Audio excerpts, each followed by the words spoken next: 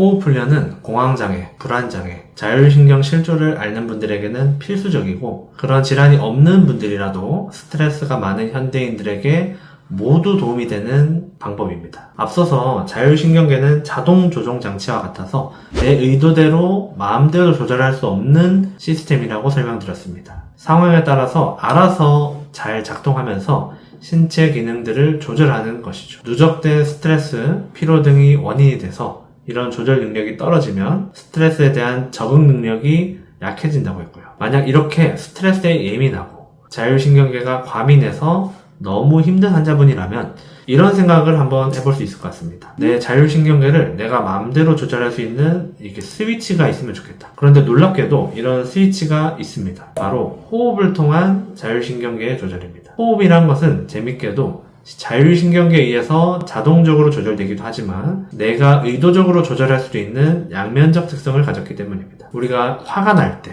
초조할 때, 불안할 때 같이 감정적인 동요가 있는 상황에서 자율신경계의 교감신경이 작용해서 우리가 의도하지 않아도 호흡이 얕고 빨라집니다. 반대로 편안한 상태일 때, 몸을 이완하고 휴식하고 있을 때, 잠을 잘 때와 같은 상황에는 부교감신경이 활성화돼서 의식적으로 노력하지 않아도 호흡이 느리고 깊어집니다. 자율신경계가 과민 반응해서 불안을 느끼고 호흡이 빨라지고 심장이 두근거리는 등 신체적 반응이 있는 상황에서 의도적으로 느리고 깊은 호흡을 하면 부교감신경이 활성화되고 교감신경의 과민 반응이 완화가 됩니다. 이건 마치 우리 몸에 지금 그렇게 위험한 상황 아니야. 그러니까 그렇게 투쟁 도피 반응을 유발하지 않아도 괜찮아. 이런 신호를 주는 것과 같습니다. 그래서 호흡은 우리가 의도대로 자율신경계를 조절할 수 있는 유일한 방법입니다.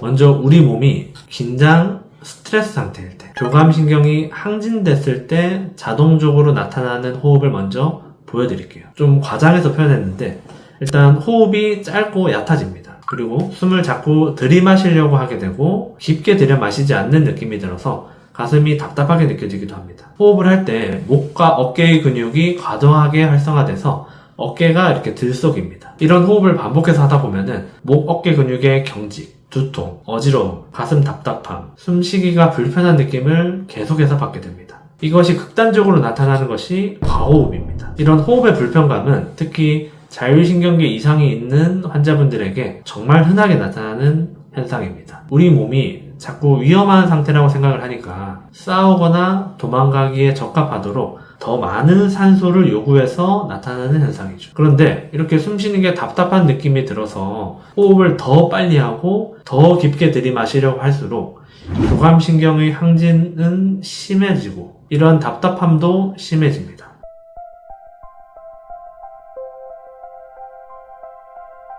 자, 반대로 호흡을 통해서 우리 몸과 마음을 안정시키고 부교감신경을 활성화시키는 방법을 알려드릴게요. 방법은 간단합니다. 호흡을 깊고 느리게 천천히 하되 내쉬는 숨을 길게 하는 것입니다. 그래서 3초 정도 숫자를 세면서 천천히 숨을 마십니다. 주의할 점은 천천히 숨을 쉬는 것이지 폐가 가득 찰 만큼 억지로 숨을 많이 들이마시는 것은 아닙니다. 그 다음으로 5초 정도 숫자를 세면서 천천히 숨을 내쉽니다. 제가 하는 법 한번 보여드릴게요.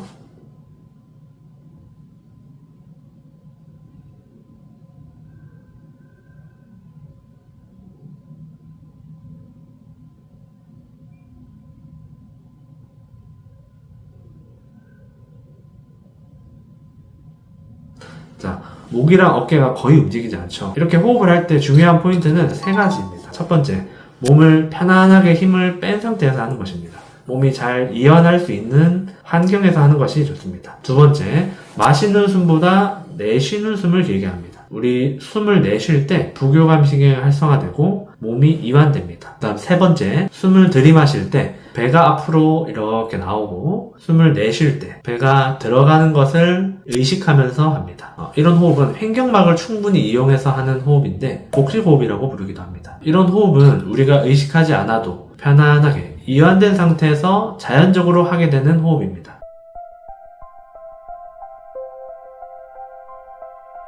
그런데 그렇지 않은 상황과 환경일지라도 이런 호흡을 함으로써 우리 몸의 자율신경계를 내 의도적으로 조절할 수 있게 된다는 거죠. 3초, 5초라는 시간이 사실 중요한 건 아닙니다. 4초 동안 마시고 7초 동안 숨을 참고 8초 동안 내쉬는 478 호흡법이라는 것도 있는데, 중요한 것은 본인에게 편안한 정도로 느리게 심호흡을 하는 겁니다. 이런 호흡법은 공황장애, 불안장애, 자율신경계 이상 환자분들 뿐만 아니라 스트레스 관리가 필요한 모든 현대인들에게 도움이 됩니다. 이런 호흡 훈련을 매일 아침 저녁으로 10분씩 실시합니다. 그리고 평상시에도 불안이나 스트레스 상황에서 즉각적으로 시행합니다. 처음에는 잘 집중도 안 되고 10분 동안 하기에도 쉽지가 않습니다. 즉각적인 스트레스 완화 효과도 잘 느끼기 어려운 분도 있습니다. 하지만 이거는 말 그대로 훈련이거든요. 반복 시행을 통해 점점 스스로 나의 스트레스와 긴장 상태를 조절하는 것이 수월해집니다. 그래서 3주 이상 시행했을 때 효과가 나타나기 시작합니다.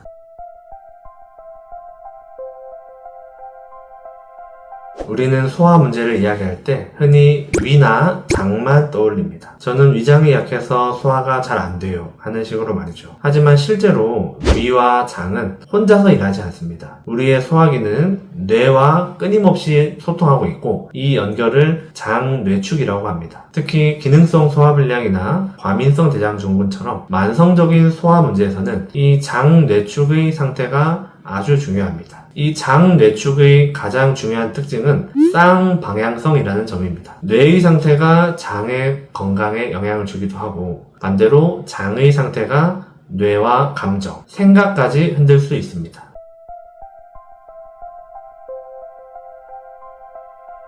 먼저 뇌가 장에 영향을 주는 경우를 보겠습니다. 스트레스를 오래 받으면 뇌는 이를 위험으로 인식하고 교감신경을 활성화시킵니다. 몸은 긴장 상태로 들어가고 당장 생존에 덜 중요한 기능인 소화는 뒤로 밀리게 됩니다. 위장 간의 운동은 느려지고 소화액 분비도 줄어들면서 밥을 먹었는데 명치가 답답하고 체한 것 같다, 속이 꽉 막힌 느낌이다, 이런 증상들이 생깁니다. 누구나 긴장하면은 이렇게 소화가 안 되는 경험이 한 번쯤은 있을 텐데요. 문제는 이 흐름이 여기서 끝나지 않는다는 점입니다. 불편해진 위와 장은 그 상태를 다시 뇌로 적극적으로 전달합니다. 이 과정은 크게 3가지 경로로 이루어집니다. 첫째는 신경 경로입니다. 장은 매우 예민한 감각기관이라서 가스가 차거나 팽창이 생기면 그 정보가 신경을 통해 뇌로 올라갑니다. 뇌는 이를 단순한 복부 불편감이 아니라 지금 몸이 안전한가 하는 신호로 해석합니다. 그래서 장 불편이 지속되면 불안과 긴장이 쉽게 커집니다. 둘째는 면역 염증 경로입니다. 장에는 면역세포가 많이 모여 있습니다. 스트레스가 오래 지속될 때 장내 환경이 흔들리고 미세한 염증 반응이 반복되기 쉬운데, 이런 신호는 뇌에 전달돼서 피로감, 무기력, 멍한 느낌, 감정 조절의 어려움으로 나타날 수 있습니다. 소화 문제와 함께 브레인 포그나 만성 피로 등이 흔히 나타나는 이유입니다. 셋째는 호르몬, 신경 전달 물질과 장내 미생물입니다. 장은 단순히 음식을 소화시키는 기관이 아니라 식욕, 포만감, 스트레스 반응과 관련된 여러 신호를 만들어서 뇌에 전달합니다. 장내 미생물 역시 장벽과 염증 반응을 조절하며 결과적으로 뇌의 스트레스 반응성과 정서 안전성에 영향을 줍니다. 장 환경이 흔들리면 세로토닌 같은 신경 전달 물질 시스템도 함께 흔들릴 수 있습니다. 자, 이렇게 보면 자연스러운 흐름이 보입니다. 스트레스는 뇌의 긴장을 만들고, 이는 장 기능의 저하를 만듭니다. 이는 장의 불편 신호를 만들고 뇌의 불안을 다시 증가시킵니다. 장 뇌축이 깨지면 뇌에서 시작된 문제도 장에서 시작된 문제도 결국 하나의 악순환으로 엮이게 됩니다. 그래서 기능성 소화불량이나 과민성 대장증후군을 겪는 분들 중에는 소화 문제뿐 아니라 불안, 예민함, 수면 문제, 피로감이 함께 나타나는 경우가 많습니다. 이는 장과 뇌가 함께 흔들리고 있다는 신호라고 볼 수도 있습니다.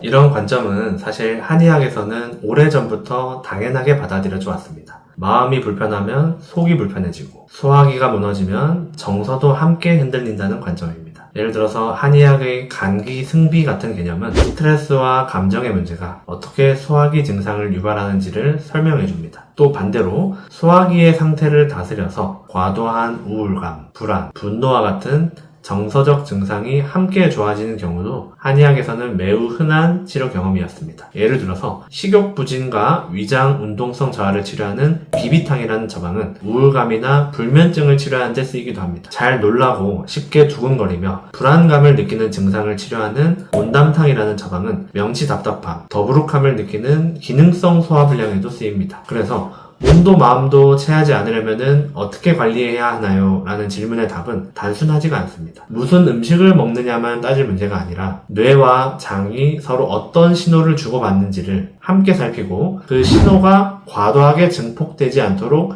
조율하는 것이 핵심입니다. 뇌가 계속 위험하다고 느끼는 상태에서는 아무리 좋은 음식을 먹어도 소화는 잘 되기 어렵습니다. 반대로 뇌가 지금은 안전하다고 인식하기 시작하면 장, 뇌축 전체가 소화와 회복에 유리한 방향으로 재정렬됩니다. 그래서 책 전체에서 강조한 명상, 느리고 깊은 호흡, 규칙적인 운동 같은 생활관리가 중요합니다. 이것들은 단순히 마음을 다스린다라는 개념이 아니라 뇌에서 장으로 내려가는 긴장 신호를 낮추고 장에서 뇌로 올라오는 과도한 경계 신호를 줄이는 실질적인 방법들입니다.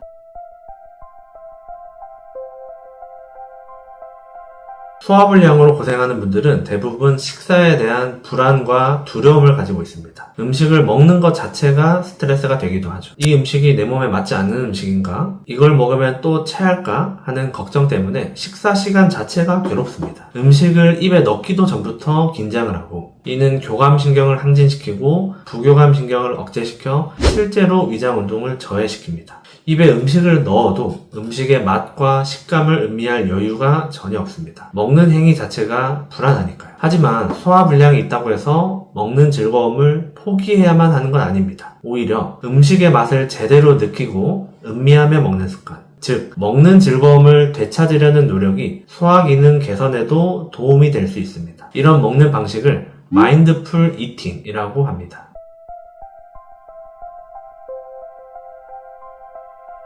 마인드풀 이팅은 마인드풀니스라는 명상에서 유래한 개념입니다. 먹는 순간 나의 모든 감각에 집중해서 오로지 먹는다는 행위 그 자체에 몰입하는 것입니다. 명상하듯이 밥을 먹는다라고 표현할 수 있겠습니다. 먹기 전에는 음식의 색깔과 모양을 자세히 관찰하고요. 이 음식이 어디서 왔는지, 어떤 맛이 날지 생각해 봅니다. 음식의 향도 천천히 맡아봅니다. 입에 음식을 넣으면 식감을 느끼고 씹는 과정 하나하나에 주의를 기울입니다. 마인드풀 이팅을 저는 그래서 이렇게 표현할 수 있을 것 같습니다. 미식가처럼 먹는 방법이다. 만성적인 소화불량으로 괴로움을 겪는 분들일수록 이렇게 미식가처럼 먹는 습관을 들여야 합니다. 마치 내가 흑백 요리사의 심사위원이 된 것처럼 상상하고 음식을 먹는다고 생각해보세요.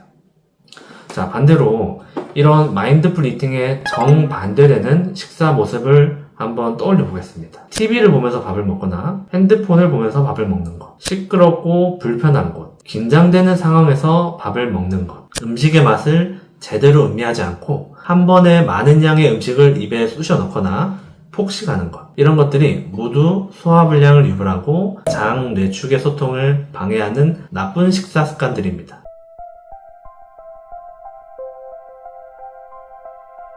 마인드풀 이팅이 소화에 도움이 되는 이유는 여러 가지로 설명할 수 있습니다. 우리가 식사를 할 때 소화는 언제부터 시작될까요? 입에 음식을 넣는 순간? 아니면 목구멍으로 삼키는 순간? 아닙니다. 우리가 레몬을 떠올리면 침이 고이듯이 음식을 먹기 전 바라보고 향을 맡고 심지어는 음식에 대한 생각을 할 때부터 소화는 시작됩니다. 소화액이 분비되고 위장은 움직일 준비를 하는 거죠. 반대로 말하면 이런 과정을 제대로 거치지 않고 아무 생각 없이 식사 감각에 집중하지 않고 먹는 것은 소화의 이런 중요한 과정이 생략된 것과도 같습니다. 마치 음식을 씹지 않고 삼키는 것과 다를 바 없다는 거죠. 음식을 먹기 전 음식에 대해서 생각하고 시각, 후각 등의 자극에 집중할 때 장신경계가 잘 활성화됩니다. 자율신경계와 장신경계가 건강한 사람은 음식을 대충 먹어도 장신경계의 신호 전달이 자연스럽게 일어나겠지만 이런 조절 기능이 약한 사람은 이런 반응이 원활하게 잘 나타나지 않을 수도 있겠죠. 감각에 집중해서 천천히 하는 식사는 장신경계의 활성화가 잘 나타나도록 돕는다고 할 수 있겠습니다. 또한 음식을 입에 넣고 천천히 꼭꼭 씹어 먹는 과정에서 침 분비가 촉진되고 음식이 잘게 부서지므로 소화 효소가 작용할 수 있는 표면적도 커집니다.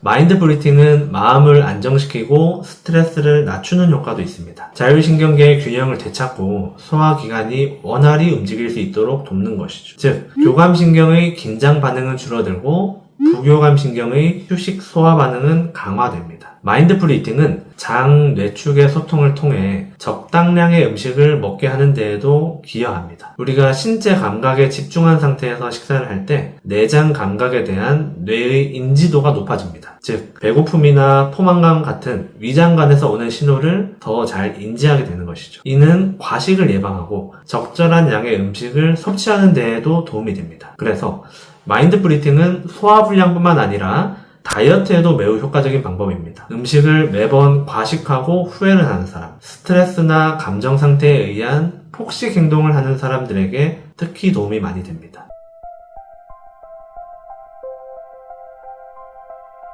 자, 그러면 구체적으로 마인드풀 이팅을 하는 법을 순서대로 한번 얘기를 해보겠습니다. 첫 번째로 편안한 자세로 앉아 식사 전에 심호흡을 몇 번 해줍니다. 마음을 안정시키고 몸을 편안하게 만드는 거죠. 그리고 지금 이 순간에 집중할 준비를 합니다. TV는 끄고 핸드폰은 내려놓고 음식에만 집중할 준비를 합니다. 자, 두 번째, 음식을 먹기 전에 감사하는 마음을 가져봅니다. 이 음식을 만들어주신 분, 재료를 길러주신 분, 이 식사를 함께하는 사람들을 생각하며 감사의 마음을 느껴봅니다. 자, 세 번째, 음식을 눈으로 자세히 관찰합니다. 이 과정도 소화의 일부라고 생각을 해야 돼요. 색깔, 모양, 크기 등을 유심히 바라보고 냄새도 음미해봅니다. 네 번째, 본격적으로 씹기 전에 음식이 입에 들어오면 입안에서 굴러봅니다. 음식의 질감과 온도를 잘 느껴보는 거죠. 그 다음, 천천히 꼭꼭 씹습니다. 씹을 때 이에서 느껴지는 촉감, 씹는 느낌을 잘 느끼면서 최소 20번 이상 씹어봅니다. 여섯 번째, 씹을 때 느껴지는 음식의 맛과 향을 음미합니다. 단맛, 신맛, 짠맛, 쓴맛, 감칠맛 등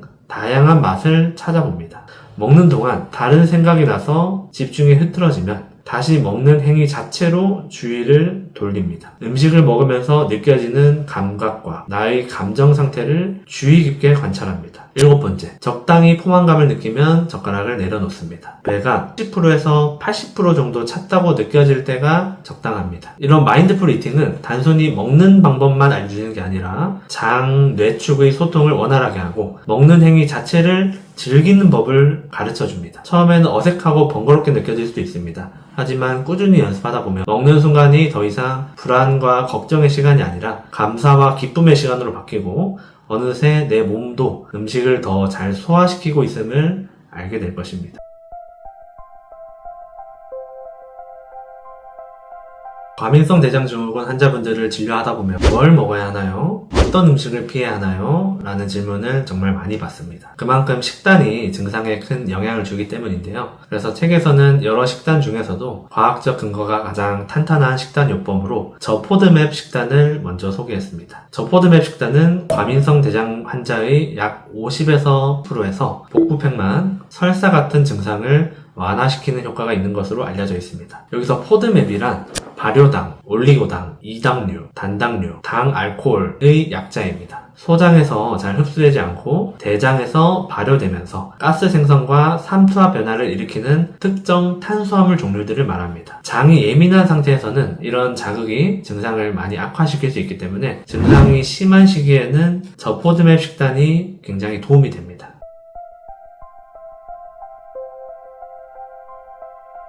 고포드맵 식품과 저포드맵 식품의 분류를 한번 살펴볼게요. 다만 여기서 꼭 짚고 넘어가야 할 점이 있습니다. 저포드맵 식단은 평생 절대적으로 지켜야 할 식단이 아니라 증상을 가라앉히기 위한 도구라는 점입니다. 많은 분들이 저포드맵 식단을 접하고 나서 이 음식은 나쁘고 저 음식은 절대 먹으면 안 된다 라고 받아들이는데 이건 저포드맵 식단의 원래 취지와는 다릅니다. 그리고 고포드맵 음식이라고 해서 모두 몸에 나쁜 음식은 아닙니다. 오히려 식이섬유, 미네랄, 비타민이 풍부한 음식들도 많이 포함되어 있습니다. 예를 들어서 과민성 대장증후군은 복통과 장의 민감성이라는 공통점이 있지만 설사가 주가 되는 설사형, 변비가 주가 되는 변비형, 두 가지가 다 나타나는 유형 등 세부 증상의 차이가 있습니다. 그런데 변비형 환자가 고포드맵 식단을 모두 피해서 식단을 하는 동안 식이섬유 섭취가 지나치게 부족해져서 변비가 심해지고 이로 인해 복부의 팽만감, 가스가 더 심해지는 경우도 있습니다. 그래서 이런 식단 관리를 단계적으로 접근하는 것이 중요합니다.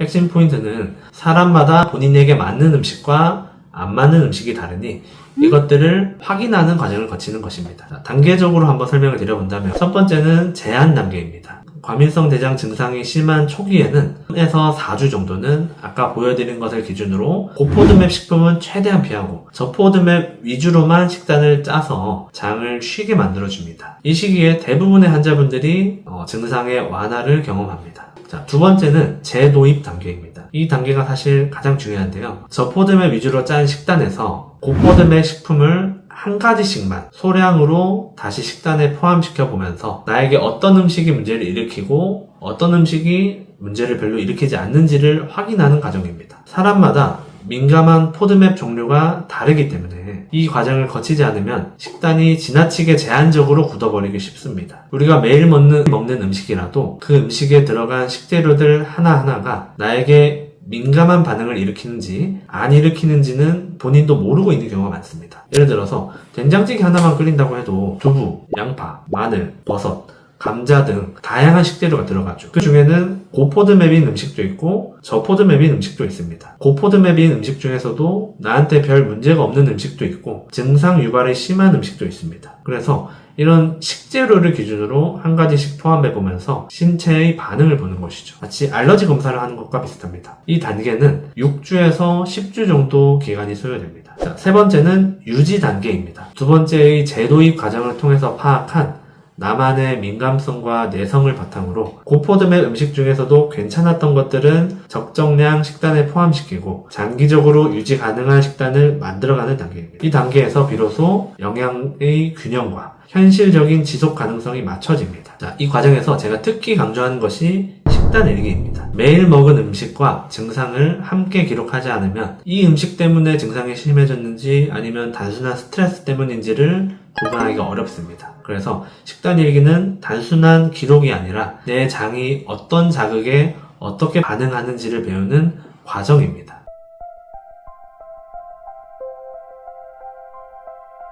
과민성 대장증후군을 앓고 있는 분들에게 이런 과정은 남이 해줄 수가 없고 스스로 할 수밖에 없습니다. 사람마다 음식에 대한 민감성이 다 다르기 때문입니다. 아무리 전문가가 이 음식은 좋고 이 음식은 안 좋습니다 라고 해도 개체 특이성이 있기 때문에 꽤 시간이 걸리지만 이런 과정을 통해 나의 장의 민감성을 유발하는 음식을 찾는 과정이 필요합니다. 정리하자면 과민성 대장증후군에게 필요한 식단은 특정 음식을 무조건 피하거나 반대로 무조건 좋다고 많이 먹는 식단이 아닙니다. 증상이 심할 때는 장을 자극하지 않는 식단으로 보호하고 증상이 안정되면 장의 적응력을 키워가며 식단을 확장하고 나에게 맞지 않는 음식만 선별적으로 조절하는 식단, 이런 조율된 식단이 가장 건강한 식단이라고 생각합니다. 그리고 한 가지 더 중요한 점은 식단만으로 과민성 대장증후군이 해결되지는 않는다는 점입니다. 저포드맵 식단은 장에 가해지는 부담을 줄여주는 역할을 할 뿐이고 근본적으로 자율신경계의 과민함을 함께 다스려야 합니다.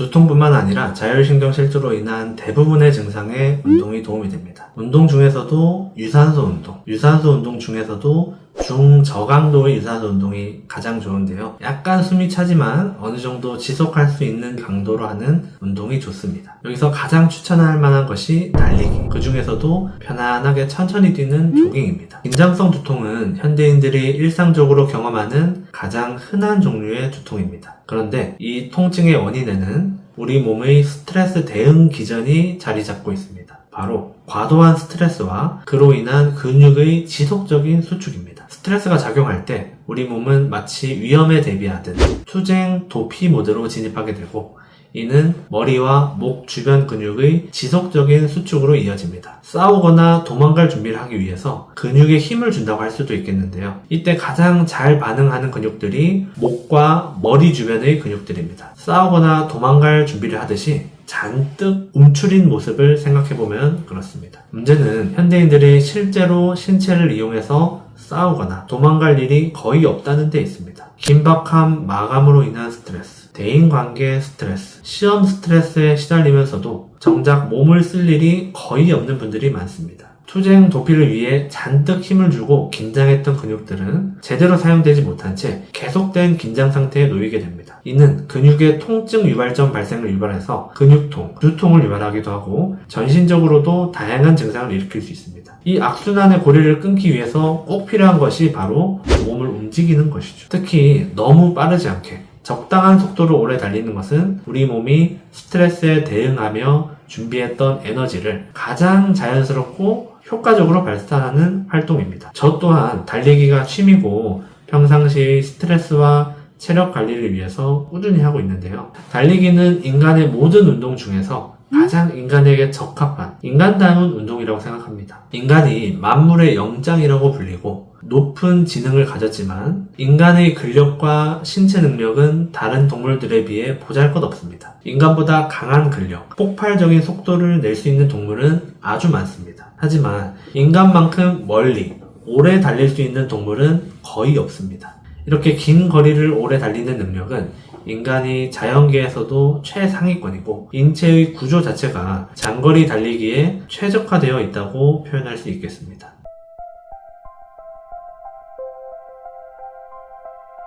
달리기를 하면 우리 몸에 어떤 긍정적인 효과를 줄까요? 달리기를 하고 나면 긴장했던 근육이 이완되고 혈액순환이 개선되면서 통증 유발점의 자극이 완화됩니다. 또한 운동 중 분비되는 엔돌핀은 스트레스와 통증을 감소시킵니다. 더 주목할 점은 달리기가 뇌의 감정 조절 회로에 변화를 만든다는 사실입니다. 유산소 운동은 뇌 유래 신경 영양인자 BDNF의 분비를 촉진합니다. BDNF는 뇌세포의 회복과 성장, 신경회로의 유연성을 돕는 핵심 인자로 스트레스와 만성 긴장으로 예민해진 뇌의 반응성을 낮춰줍니다. 이는 단순히 통증 민감도를 줄이는 것을 넘어 불안, 우울과 같은 부정적 정서를 완화하는 데도 중요한 역할을 하죠. 즉, 운동을 통해 두통을 일으키는 긴장만 푸는 것이 아니라 스트레스 상황, 교감신경 항진, 근육 경직과 두통으로 이어지는 악순환 고리를 뇌 수준에서 끊어내는 것이 가능하다는 것이죠. 결국 달리기는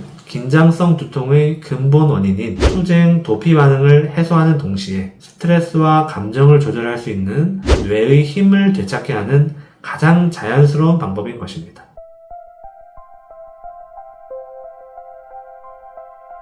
자, 그렇다면 이렇게 몸과 마음에 유익한 달리기를 어떻게 해야 안전하고 효과적으로 할 수 있을까요? 어떤 분들은 저는 나이가 엄청 많아요. 저는 관절이 약해요. 저는 운동을 한 번도 제대로 해본 적이 없는데 괜찮을까요? 하는 궁금점이 드실 수도 있겠습니다. 첫 번째로 제가 강조하는 것은 천천히 뛰는 것입니다. 많은 분들이 달리기를 시작하면서 처음부터 기록, 속도를 생각합니다. 하지만 긴장성 두통이나 자율신경계 이상 증상을 겪고 있는 분들에게는 이 접근이 오히려 독이 될 수 있습니다. 우리에게 필요한 달리기는 몸을 다시 싸우거나 도망가야 하는 상황으로 몰아넣는 운동이 아니라 이미 과도하게 활성되어 있는 긴장 반응을 서서히 내려주는 운동입니다. 개인마다 체력 상태가 다르므로 속도를 정확하게 정해드리긴 어렵지만 숨이 완전히 차지 않는 속도여야 합니다. 달리면서 문장 단위의 긴 대화를 하거나 노래를 부르기는 좀 어렵지만 짧은 문장, 가벼운 대화는 할 수 있는 정도의 호흡, 이 정도의 강도에서 운동을 하는 것이 좋습니다. 이 정도 강도에서 운동을 하면 교감신경이 과도하게 치솟지 않고 부교감신경의 회복 경로가 함께 작동합니다. 즉,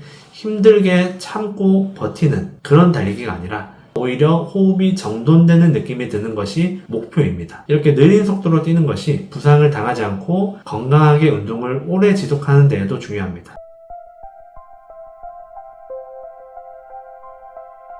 저는 체력이 정말 약해서 그냥 걷기만 해도 숨이 차는데 어떡하나요? 이렇게 물어보시는 분도 계신데요. 그러면 걷는 것보다도 느린 속도로 뛰면 됩니다. 걷는 것은 한 발 한 발 순서대로 내딛는 것이고, 달리는 것은 속도랑 상관없이 뛰었다가 착지하는 과정이 있는 것이 달리기죠. 속도는 전혀 중요하지 않습니다. 거의 제자리에서 뛰는 것처럼 보일 정도로 보폭을 줄여서 70대 노인이 걷는 속도, 만삭, 임산부가 걷는 속도로 뜀박질을 해도 괜찮습니다. 그 정도 속도로 뛰어도 걷기보다 훨씬 좋은 운동 효과를 얻고 몸에는 부담이 가지 않으면서 우리가 원하는 목표를 이룰 수 있습니다. 관절이 안 좋으신 분들에게도 보폭을 최대한 줄여서 천천히 뛰는 방식을 권해드립니다. 그 다음으로 달리기가 숙련되면서 속도를 늘리려고 하지 마시고 조금 더 오래 달리는 것을 목표로 하는 것이 좋습니다. 앞에 이야기와 연결되는 것인데 10분의 빠른 속도로 달리기보다도 30분에서 40분의 느리고 편안한 조깅이 훨씬 더 자율신경계 기능 개선에 도움이 됩니다. 그 다음으로 달리기를 운동이 아니라 정리 과정으로 생각을 해보면 좋을 것 같습니다. 하루 종일 우리 몸에 쌓였던 긴장, 머리와 목, 어깨에 남아있는 미세한 근육들의 수축, 하루 종일 머릿속을 떠나지 않아서 내려놓지 못했던 생각과 스트레스들, 이것들을 몸을 통해 정리하는 시간이 바로 달리기입니다. 달리고 나서 머리가 맑아지는 느낌, 목과 어깨가 느슨해지는 느낌, 이유 없이 불안하던 감정이 약간 가라앉는 느낌, 이 중 하나라도 느껴진다면 이 달리기를 충분히 잘하고 계신 겁니다.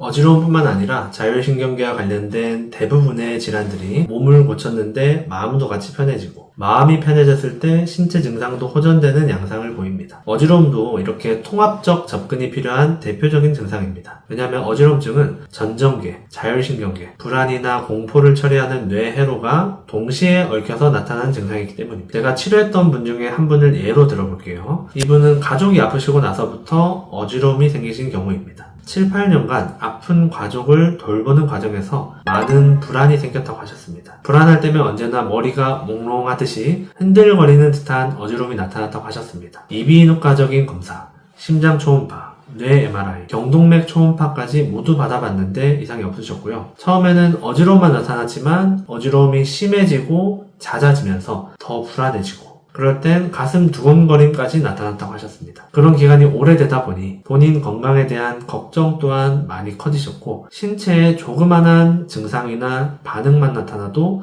더 불안해지는 악순환이 나타나셨습니다. 이런 불안과 어지러움, 두근거림 때문에 잠도 오지 않아서 불면 상태도 심하셨습니다.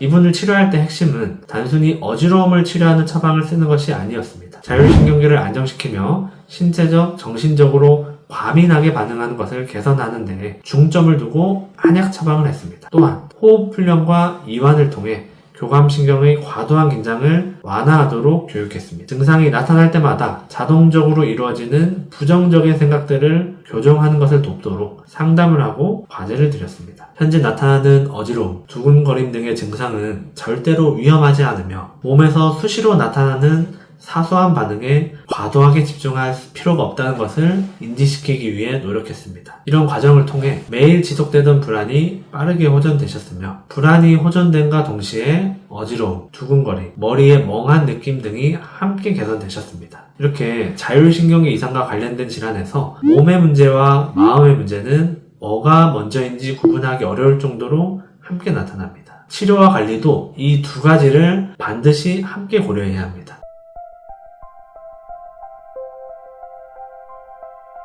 어지러움 외에 또 다른 문제로 몸과 마음의 증상이 같이 나타나신 사례를 또 한번 들어볼게요. 이분은 소화불량으로 속이 꽉 막히고 더부룩함, 울렁거림, 목, 이물감 같은 증상이 오래되신 분이었습니다. 직장 스트레스가 과도한 것이 오래됐다고 하셨는데 조금만 긴장하면 이런 소화기의 불편함이 더 심해졌습니다. 하지만 위내시경에서 위장의 이상은 전혀 없으셨고요. 속이 항상 불편하다 보니까 먹는 게 늘 긴장되고 불안하다고 하셨었는데 어느 날은 그렇게 식사를 하다가 갑자기 숨이 턱 막히는 느낌이 들면서 죽을 것 같은 급격한 공포감을 느끼셨습니다. 이후에는 식사를 할 때마다 소화가 안 될 것 같다는 불안이 커질수록 숨이 안 쉬어지는 느낌과 공황발작으로 이어지는 패턴이 반복되었습니다. 이분은 그래서 정신과에서 치료를 받다고 오셨어요. 벤조디아제핀 계열 항불안제, 항우울제, 항정신병제, 수면제 등 매우 많은 정신과 약물을 복용하시는 채로 오셨습니다. 증상이 지속된 시간이 오래됐고 점점 약에 내성이 생기다 보니 복용량이 그만큼 많이 늘어나신 것이죠. 소화가 안 되는 음식을 먹는 것이 무서워서 거의 죽만 드시고 계셨고 그마저도 조금만 많이 먹으면 숨 막히는 느낌과 함께 구역감, 구토가 나타났습니다. 이 때문에 살은 10kg 이상 빠지고 체력적으로도 매우 쇠약해진 상태셨습니다. 직장도 그만둔 상태셨고 공황장애 환자분들이 특정 상황이나 환경에 대한 두려움을 겪고 이를 회피하려고 하는 것은 일반적으로 나타나는 현상입니다. 예를 들어서 지하철에서 공황발작이 나타난 분이 이후에 지하철 타는 것을 두려워하게 된다거나 사람 많은 곳에서 이런 심한 불안을 느꼈던 분이 사람 많은 곳을 계속 피하게 된다거나 하는 식입니다. 그런데 이분 같은 경우는 두려움을 느끼는 상황이 다른 것도 아닌 식사인 것이 가장 큰 문제였습니다. 음식을 제대로 먹지 못하니까 체력도 점점 약해지고 제대로 된 일상생활이 불가능한 상태였습니다. 우리가 지하철을 안 타고 피하고 살 수는 있겠지만 식사를 안 하고 살 수는 없잖아요. 이 사례에서 중요한 점은 이분의 공황발작이 막연한 불안에서 시작된 게 아니라 소화기의 불편감, 위험하다는 해석, 호흡곤란과 발작이라는 매우 구체적인 경로를 가지고 있었다는 점입니다. 즉, 장이 더부룩해지고 막히는 감각이 먼저 나타나고 뇌는 이 감각을 큰일 나는 신호로 해석합니다. 그 순간 교감신경이 급격히 활성화되면서 호흡이 얕아지고 가슴이 조이는 느낌이 들고 결국 숨이 안 쉬어진다는 공황 반응으로 이어집니다. 나중에는 식사를 할 준비만 해도 긴장이 되고 불안해지기 시작합니다. 이는 교감신경의 과활성화와 부교감신경의 저하를 가져와서 실제로 소화 기능이 더 잘 작동하지 않게 만듭니다. 이런 경우에는 단순히 불안해하지 마세요 라고 말하거나 약으로 불안을 눌러도 근본적인 악순환의 고리는 끊어지지 않습니다. 이런 분들에게 몸과 마음을 동시에 다루는 접근이 필요합니다.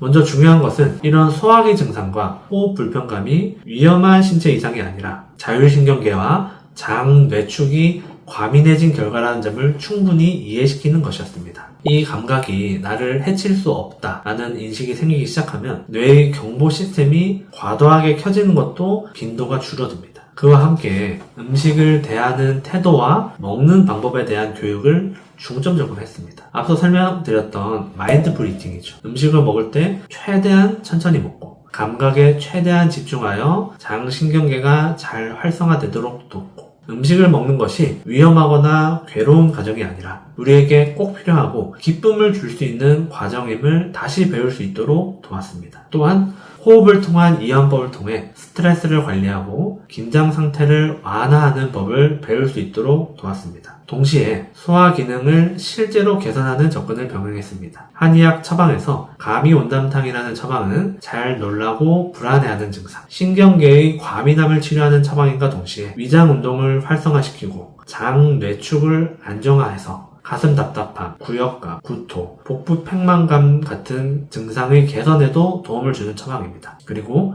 자율신경계의 반응성을 조율하는 것을 돕는 침, 약침 치료도 병행했습니다.